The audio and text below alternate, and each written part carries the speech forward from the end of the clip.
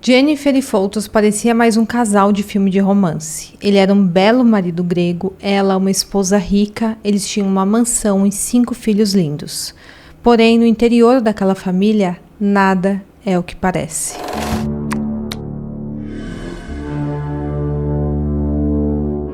Olá pessoal, sejam bem-vindos de volta ao canal e hoje mais uma vez vamos abrir a caixa de Pandora para contar o caso Jennifer Dulos. E antes de você continuar assistindo o vídeo, como sempre, eu vou pedir para você não esquecer de deixar um like aqui para mim, também de se inscrever no meu canal para acompanhar todos os casos. Nós postamos de 2 a 3 vídeos por semana com muito conteúdo bom para você assistir, então já ativa o sininho para a plataforma te avisar cada vez que eu postar conteúdo aqui. Eu também abri a possibilidade de você se tornar um membro do canal, que é uma forma de você apoiar o meu trabalho e também com isso você terá acesso a alguns benefícios.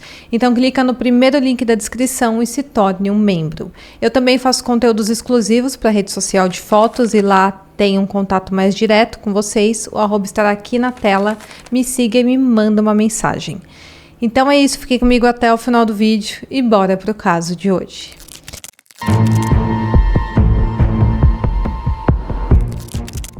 Jennifer Farber nasceu em 27 de setembro de 1968, na cidade de Nova York, nos Estados Unidos.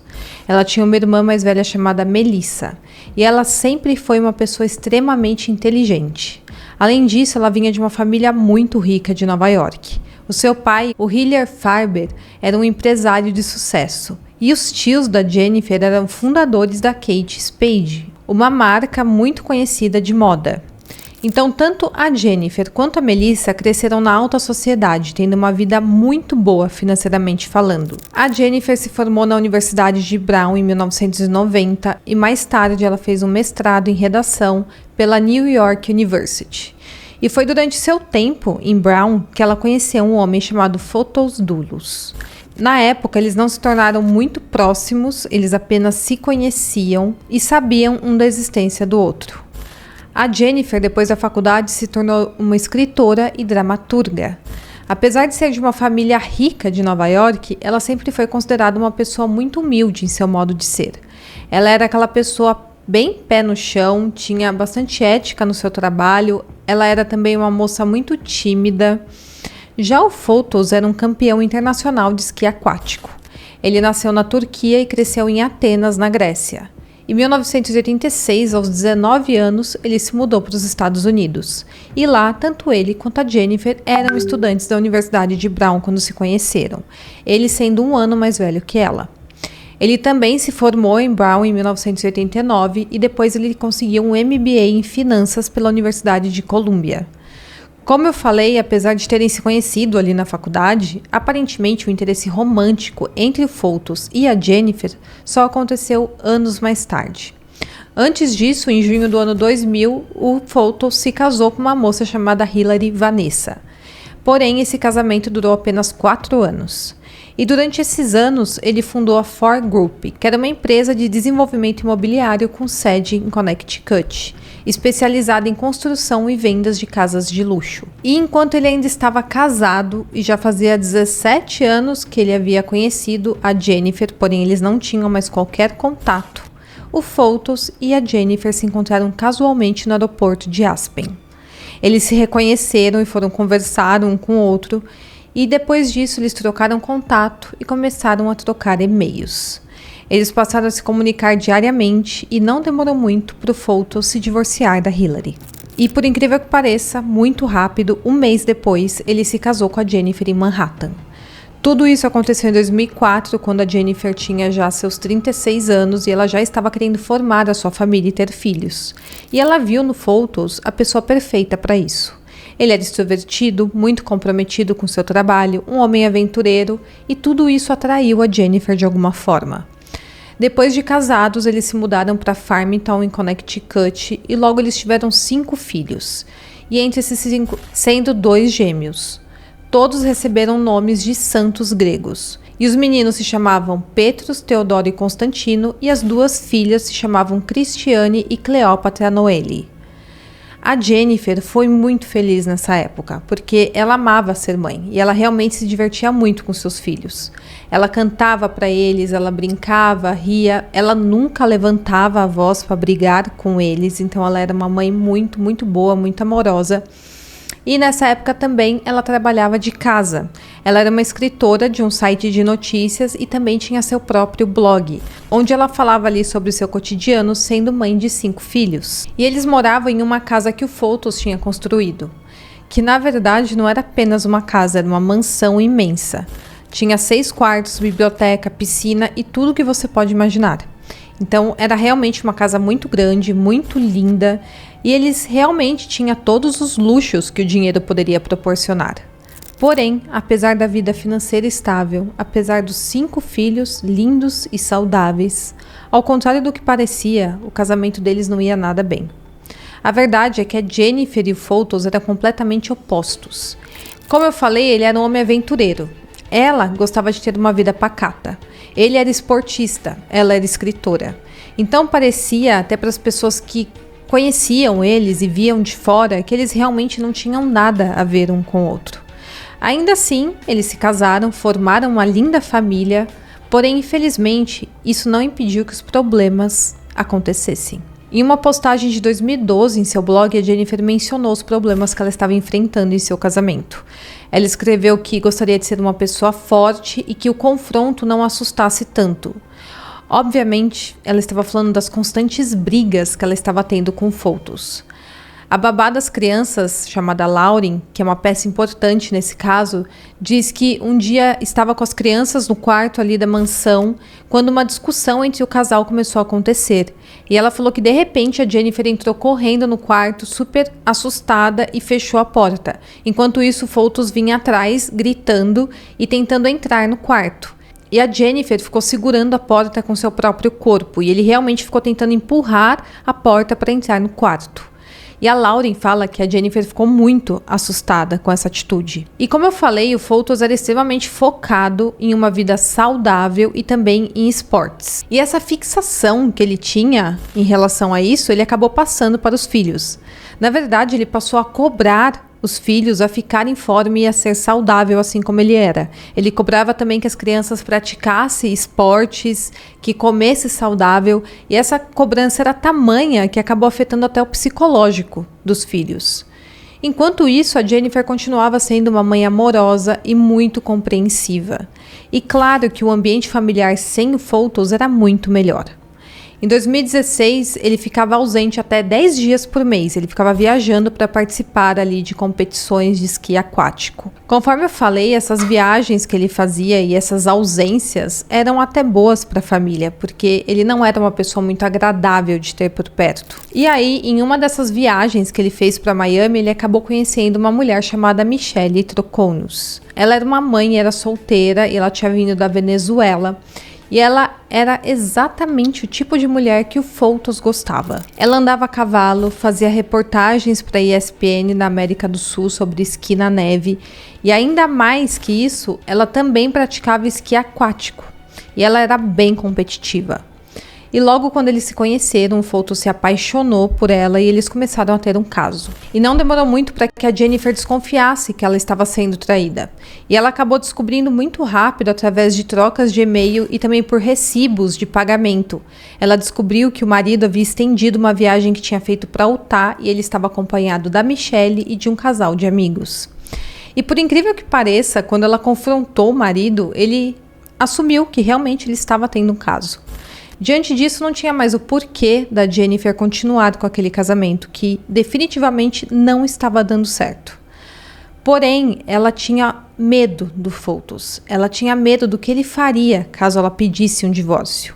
Ela temia pela segurança dos seus filhos e também pela sua própria segurança. Então, ela e a Lauren resolveram bolar um plano para que a Jennifer conseguisse ir embora com os filhos sem que ele soubesse. E tudo deu certo. Em 2017, ela alugou uma casa em New Canaan para morar com seus filhos e ela pediu o divórcio. Essa casa ficava a cerca de 110 quilômetros da mansão em que moravam. E ela, sem avisar o Photos, colocou suas coisas no carro, pegou seus filhos e foi embora. Por causa desse episódio, ele ligou para a polícia, alegando que não estava conseguindo entrar em contato com a esposa e com os filhos e que estava bastante preocupado. Mas a verdade é que ele sabia exatamente o que tinha acontecido. Ele sabia que a Jennifer tinha ido embora e que pediria o divórcio. Enquanto isso, a Michelle e sua filha se mudaram para a mansão de Farmington. E depois disso, uma batalha judicial entre a Jennifer e o Photos começou a acontecer. Em seus pedidos de divórcio, a Jennifer deixou registrado que sabia que pedir aquele divórcio deixaria o seu ex-marido muito bravo. Ela falou também que sabia que haveria retaliação por parte dele. Ela falou que ele tentaria a prejudicar de alguma forma. E ela também deixou claro que o marido estava tendo um caso enquanto ainda era casado com ela. E que ele já tinha ameaçado de sequestrar os filhos se ela não concordasse com os termos do acordo do divórcio. Além disso, ela falou que ele havia comprado uma arma naquele ano. Já o Photos negou ter feito essas ameaças e afirmou que realmente tinha comprado uma arma e que tinha sido legalmente por questões de segurança doméstica. Inicialmente, eles tinham a guarda dos filhos compartilhada, que ficaria assim até o final do processo. A Jennifer já havia solicitado uma ordem emergencial de custódia apenas por parte dela, porém o juiz não tinha aceitado. Mas então, quando ela pediu novamente essa ordem no início de 2018, o juiz finalmente concluiu que o Photos havia violado várias ordens judiciais, como, por exemplo, deixar os filhos perto da Michelle. O juiz havia determinado que os filhos não poderiam estar perto de parceiros românticos até o fim do processo. Além disso, ele orientou os filhos que mentissem para o psicólogo nomeado pelo tribunal. Por causa disso, em março daquele ano, a Jennifer recebeu a guarda exclusiva das crianças. A partir disso, Photos tinha direito apenas a visitas supervisionadas e também telefonemas monitorados. E claro que ele se sentiu extremamente injustiçado. Ele sentiu que tinha perdido essa batalha. E o Photos, uma coisa que ele não aceitava era perder. Em fevereiro de 2018, o pai da Jennifer acabou falecendo e a mãe dela, a Gloria Farber, processou o Photos por ele ter pegado empréstimos com o pai da Jennifer e não ter devolvido o dinheiro. Ela alegou que ele estava devendo quase 2 milhões de dólares ao sogro. Porém, ele alegou na época que aquilo tinha sido um presente para ele e que ele não iria devolver esse dinheiro. Todo esse contexto de casamento conturbado, relacionamentos extraconjugais e batalhas judiciais nos levam ao dia 24 de maio de 2019. Nessa época, já fazia 2 anos que eles estavam nessa briga sem fim. Aquela era uma sexta-feira comum e a rotina da Jennifer seria como todos os outros dias. Ela acordou cedo, arrumou seus filhos, levou todos para a escola, isso por volta das 8 da manhã, e depois ela voltou para casa às 8h05. A babá, a Lauren, chegaria um pouco mais tarde nesse dia e buscaria as crianças na escola. A Jennifer sairia, ela iria com seu carro com o Range Rover para 2 consultas médicas agendadas para as 11 horas e para 1 hora da tarde, que ocorreria na cidade de Nova York. Mas estranhamente, ela faltou em ambas as consultas sem avisar. De manhã, nós sabemos que tudo estava normal na rotina da Jennifer porque câmeras de segurança do seu vizinho captou o momento em que ela saiu de casa para levar as crianças e depois voltou com seu carro. A Lauren chegou na casa da Jennifer às 11h30 daquele dia. E ela ficou bem surpresa ao ver o Range Rover da Jennifer na garagem, já que naquele horário era para Jennifer estar na consulta médica. E a Jennifer avisou que usaria o Range Rover para ir até a cidade. Já o outro carro da Jennifer, que era um Chevrolet Suburban, não estava no local. Isso era algo incomum, afinal o Chevrolet Suburban é um carro gigantesco e muito mais difícil de estacionar, enfim. E era estranho ela ter saído com esse carro, mas até então não tinha nada para se preocupar. A Lauren então entrou na casa e ela viu a bolsa da Jennifer no chão. Isso também era algo bem incomum, porque a Jennifer era muito cuidadosa com as suas coisas. Mas a Lauren imaginou que a Jennifer poderia apenas ter pegado o celular, a carteira com pressa e deixado a bolsa lá. A Lauren também percebeu que o estoque de papel toalha, que estava com 12 rolos no dia anterior, agora tinha apenas 2. Isso também era algo muito estranho, porque uma pessoa não usa 10 rolos de papel toalha em 24 horas. A Lauren então decidiu tentar entrar em contato com a Jennifer para verificar se tudo estava bem e ela não conseguiu. E então a sua preocupação acabou se transformando em um medo de que algo errado pudesse ter acontecido. A Jennifer ficou sem dar qualquer sinal de vida durante todo o dia. Ela não mandou mensagens avisando para onde iria, onde estava, ela não retornou as ligações da Lauren nem dos familiares, e diante disso a Lauren e uma amiga da Jennifer entraram em contato com a polícia para registrar o desaparecimento. E logo todos que a conheciam começaram a acreditar que algo de muito errado tinha acontecido. Afinal, a Jennifer não era o tipo de pessoa que sumiria sem dar notícias, ainda mais para os seus 5 filhos. As crianças foram levadas para a casa da avó materna, na cidade de Nova York, e ficaram por lá. Por volta das 7 horas da noite, um pânico total já tinha se instalado aos que conheciam a Jennifer. Ela estava desaparecida e logo os investigadores começaram a averiguar toda a região em busca de qualquer sinal dela. Como o carro Chevrolet Suburban não estava na garagem, foi por ele que os policiais passaram a procurar. E pouco mais de 1 hora depois, eles encontraram esse carro abandonado perto de um parque, que ficava a cerca de 5 quilômetros da casa onde a Jennifer morava. Essa descoberta tinha um significado ainda maior, porque agora era certeza que algo tinha acontecido com a Jennifer, já que o seu carro tinha sido simplesmente abandonado em um parque próximo da sua casa, sem qualquer vestígio dela no local. A porta traseira do carro estava apoiada em uma árvore e as chaves não estavam na ignição. E a alavanca de câmbio do carro estava na marcha ré. As portas do carro estavam trancadas e do lado do passageiro, até a lanterna traseira do carro, dava para ver uma substância parecida com sangue. Parecia que tinha sido derramada ali e alguém tinha tentado limpar. Depois disso, uma busca massiva se iniciou pelos 300 acres daquele parque e foi uma busca gigantesca, envolvendo outros departamentos de polícia que enviaram cães farejadores, equipe do FBI, helicóptero da polícia do estado de Nova York, mergulhadores que verificaram todo o lago que tinha ali dentro do parque. E todos que conheciam a Jennifer estavam muito preocupados com ela, exceto uma pessoa, o Photos. Em nenhum momento ele ajudou nas buscas, ou então demonstrou estar minimamente preocupado com a mulher que era a mãe dos seus 5 filhos. À medida que a busca pela Jennifer se arrastava, a Carrie Luft, amiga íntima dela, tentava manter a esperança. Mas ela sabia em seu íntimo que algo de muito errado tinha acontecido. Era como se ela tivesse um mau pressentimento dentro dela. E os policiais também tiveram o mesmo mau pressentimento ao revistarem a casa da Jennifer, na mesma noite em que ela desapareceu. Logo quando entraram na garagem, eles notaram uma substância parecida com sangue derramada no chão e também respingos por toda a garagem. Além disso, havia evidências de que alguém havia tentado limpar aquilo. Havia a marca como se fosse de redemoinhos, como se alguém tivesse tentado passar um pano no líquido vermelho. Logo ficou claro que aquilo era a cena de um crime. E imediatamente toda a casa foi isolada. O procurador-chefe do estado de Connecticut se envolveu no caso e ele ficou sabendo que a Jennifer estava envolvida em um divórcio e também em uma batalha judicial com seu ex-marido. E havia ficado registrado nos documentos do divórcio que ela tinha muito medo dele, que ele já tinha ameaçado sequestrar as crianças. Então, por isso, no dia seguinte, o Photos foi chamado na delegacia para responder algumas perguntas. Porém, é dito que ele foi bem paciente, ele não quis se sentar nem conversar. Ele já estava com seu advogado civil, que trabalhava em sua empresa, e também eles já estavam em contato com o advogado criminalista. E aquilo foi mais uma evidência contra o Photos, porque como a mãe dos 5 filhos dele estava desaparecida e ele estava preocupado em conseguir logo um advogado. E antes de ir embora da delegacia, o Photos deu aos detetives algo muito mais importante do que uma entrevista.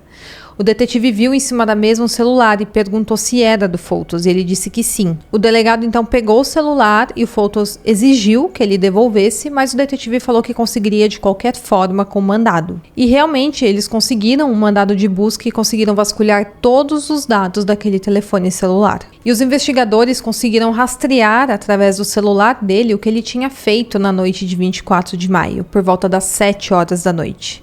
Aproximadamente a mesma hora em que a Jennifer foi dada como desaparecida. Naquele momento, ele estava em uma avenida em Hartford, a cerca de 115 quilômetros de New Canaan, que é onde a Jennifer morava. Os investigadores então entraram em contato com a polícia de Hartford e pediram as imagens das câmeras de segurança da avenida onde o celular tinha emitido sinal. E o que eles viram colocava mais uma bandeira vermelha no Photos. Foi visto ele fazendo diversas paradas próximas de latas de lixo e descartando sacos pretos. E não só isso foi visto, mas também que ele não estava sozinho. Em uma das fotos é possível ver uma mulher se inclinando para fora do carro. E logo essa mulher foi identificada como sendo Michelle Troconos, sua atual namorada. Ao todo, ele descartou 30 sacos de lixo. E imediatamente uma equipe de detetives foi enviado para vasculhar o lixo quanto antes. Eles conseguiram recuperar alguns desses sacos a tempo e enviar para análise. Já o Foulkes tentou se explicar dizendo que alguém havia deixado aqueles sacos de lixo na frente da casa dele e ele simplesmente pegou e decidiu descartá-los. E como você já deve imaginar, vários itens que estavam dentro desse saco tinha o DNA da Jennifer. Lá dentro tinha roupas íntimas femininas, uma camiseta do tamanho que a Jennifer usava, 2 ponchos que continham grandes quantidades de sangue e também o DNA da Jennifer. Também foi encontrado o DNA do Foulkes e da Michelle em alguns itens. O DNA deles foi encontrado dentro e fora do saco de lixo e também em uma luva que estava lá dentro. E só de olhar dava para ver que aqueles itens estavam sujos de líquido corporal vermelho. Em 1º de junho, 8 dias após o desaparecimento da Jennifer, o Foulkes e a Michelle foram presos. Não por ter tirado a vida de alguém, afinal ainda não haviam encontrado um corpo, mas foram presos por adulteração de provas físicas e também por dificultar o processo em 1º grau. 2 dias depois, eles se apresentaram perante o tribunal e se declararam inocentes. Os dois foram libertados, cada um sob uma fiança de $500 mil e eles foram obrigados a usar tornozeleiras. Eles também foram ordenados a não se comunicarem entre si, e para isso a Michelle teve que se mudar para um apartamento que ela tinha e o Foulkes ficou na mansão. Analisando os registros do celular do Foulkes, foi verificado que ele estava em casa no momento em que a Jennifer voltou para a casa dela, entre as 8 e 8h05 da manhã, após deixar as crianças na escola. E no dia 2 de junho, a Michelle fez sua primeira entrevista com os investigadores. E ela disse que realmente não tinha qualquer envolvimento no desaparecimento da Jennifer e nem qualquer envolvimento na tentativa de encobrir o crime. Já sobre o dia do desaparecimento, ela disse que ela e o Foulkes estavam juntos em casa. Ela disse que ambos estavam ali na mansão, que tinham dormido, acordado, tomado banho e que inclusive um amigo da Grécia havia ligado para o Foulkes. E realmente tinha esse registro telefônico no celular dele.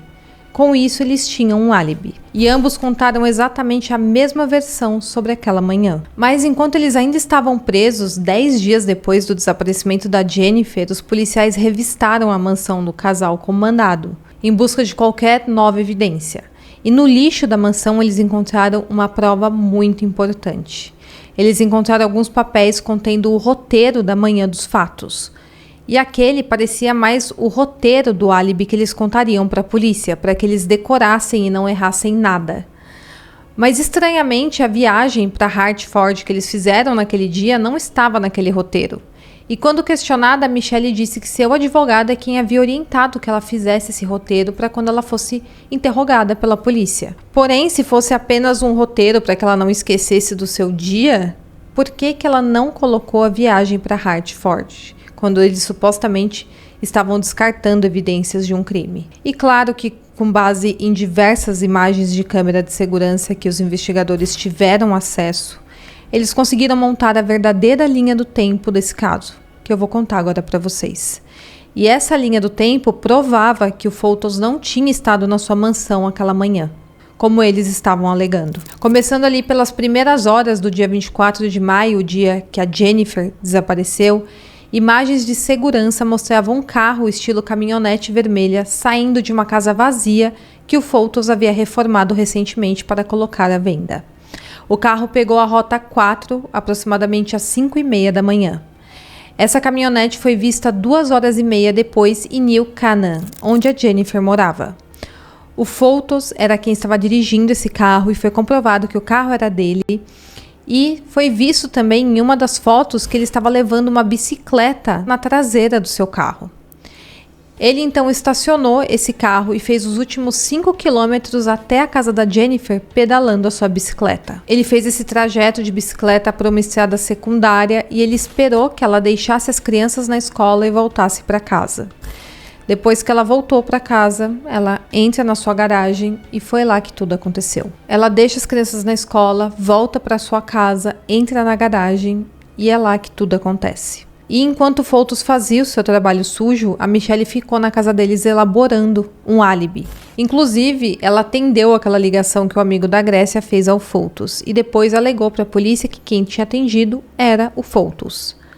Já na casa da Jennifer, depois de ter tirado a vida dela ou então ter deixado ela desacordada, ele a colocou na traseira do seu carro suburban e saiu. E então esse carro dela foi deixado a cerca de 5 quilômetros de distância, perto daquele parque onde foi encontrado. E ele tinha deixado a caminhonete vermelha dele estacionada a apenas 30 metros ali de distância. Então ele largou o carro dela e pegou o carro dele. Depois disso, nós temos um gap de 40 minutos que os investigadores não conseguiram saber o que o Foulkes estava fazendo. Provavelmente, ele usou esse tempo livre para se livrar do corpo da Jennifer. E é provável também que ele estivesse tirando qualquer item incriminatório daquele carro da Jennifer, do Suburban, e colocando na sua caminhonete. E se ele estivesse realmente limpando roupas sujas de sangue, banco sujo, poderia demorar esses 40 minutos. Infelizmente, o corpo da Jennifer nunca foi encontrado. E com isso, o que de fato aconteceu com ela até hoje é um mistério. Aquela caminhonete vermelha do Foulkes voltou para aquela casa vazia a 12h22. Depois disso, Foulkes se encontrou com a Michelle para almoçar. No mesmo dia, a Michelle e ele voltaram para essa casa vazia com produtos de limpeza e sacos de lixo. E ela justificou que foi para preparar a casa para uma exibição que aconteceria no dia seguinte. Porém, os investigadores acreditam que eles estavam ensacando todas as evidências que haviam sobrado para depois descartar naquelas lixeiras ao longo da avenida em Hartford.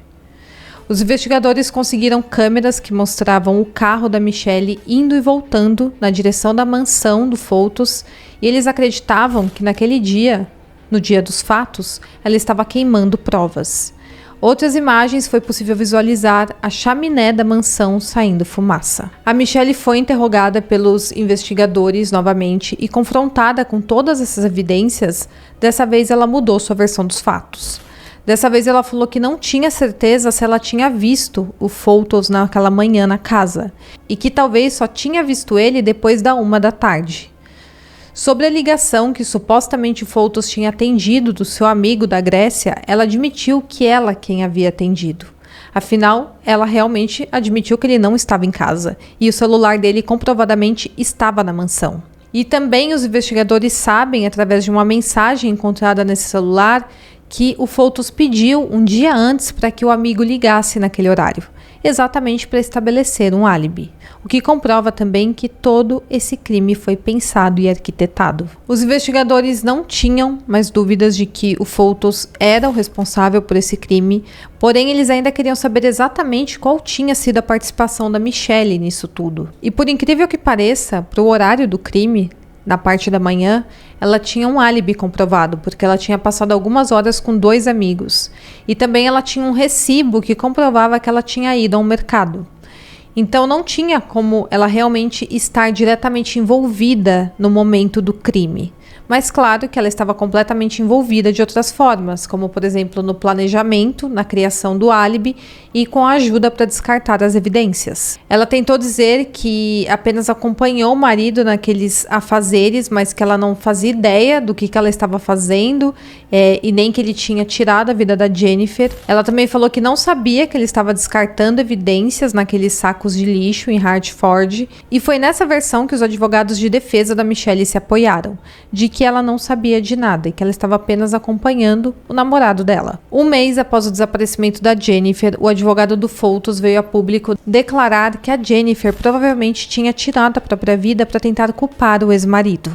E a base dessa alegação absurda foi supostamente a Jennifer ter escrito um manuscrito usando como base a história de Garota Exemplar. Porém, isso não é verdade. O filme Garota Exemplar foi lançado quase uma década depois que a Jennifer tinha escrito esse manuscrito. E um amigo da Jennifer também falou que realmente leu todo esse manuscrito e não tinha nada a ver com o filme Garota Exemplar. E claro que a única intenção do advogado do Foulkes era culpar a vítima e colocar o seu cliente como inocente. E para isso, eles chegaram ao ponto em tentar difamar a única vítima desse caso, a Jennifer, que nem estava ali mais para se defender.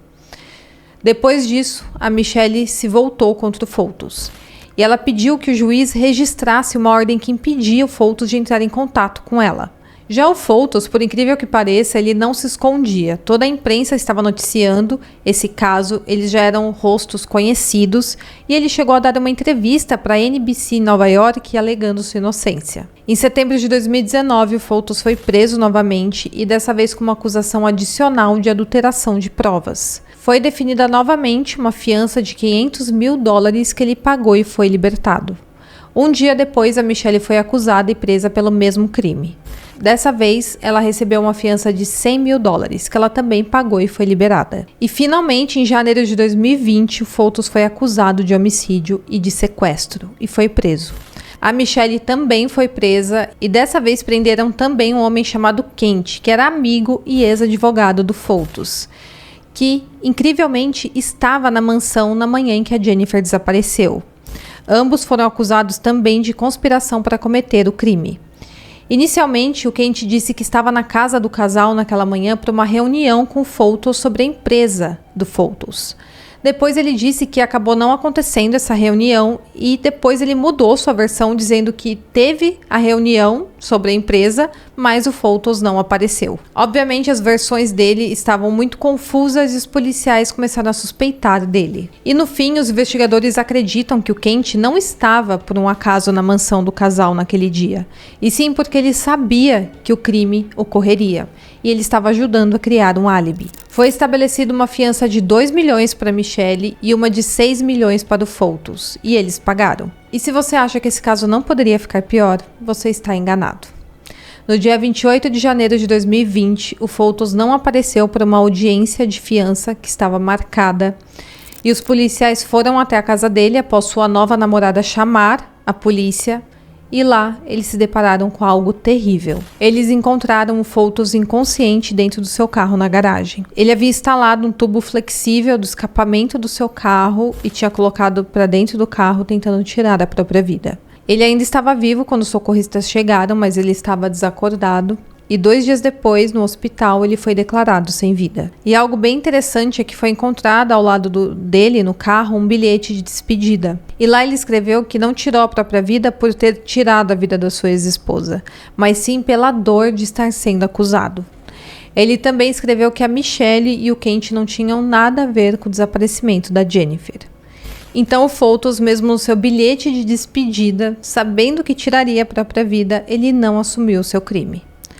Na mesma noite em que foi declarado sem vida, o advogado dele veio a público pedir que o julgamento ocorresse mesmo assim e o quanto antes, para que o nome do seu cliente ficasse limpo.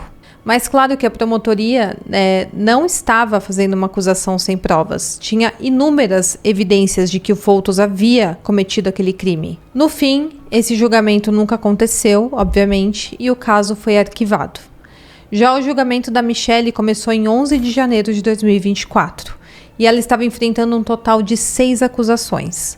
Após um longo julgamento, em 1º de março de 2024, recentemente, a Michelle, com então 49 anos, foi considerada culpada de todas as acusações. E ela pode pegar até 50 anos de prisão se o juiz entender que ela deve cumprir as penas consecutivamente. E a sentença está marcada para o dia 31 de maio desse ano. E agora eu quero saber a sua opinião. Você acha que foi a Michelle e o Foltos que cometeram esse crime ou não? Deixa aqui nos comentários, eu quero muito saber a sua opinião. Então é isso, espero que vocês tenham gostado e até o próximo caso.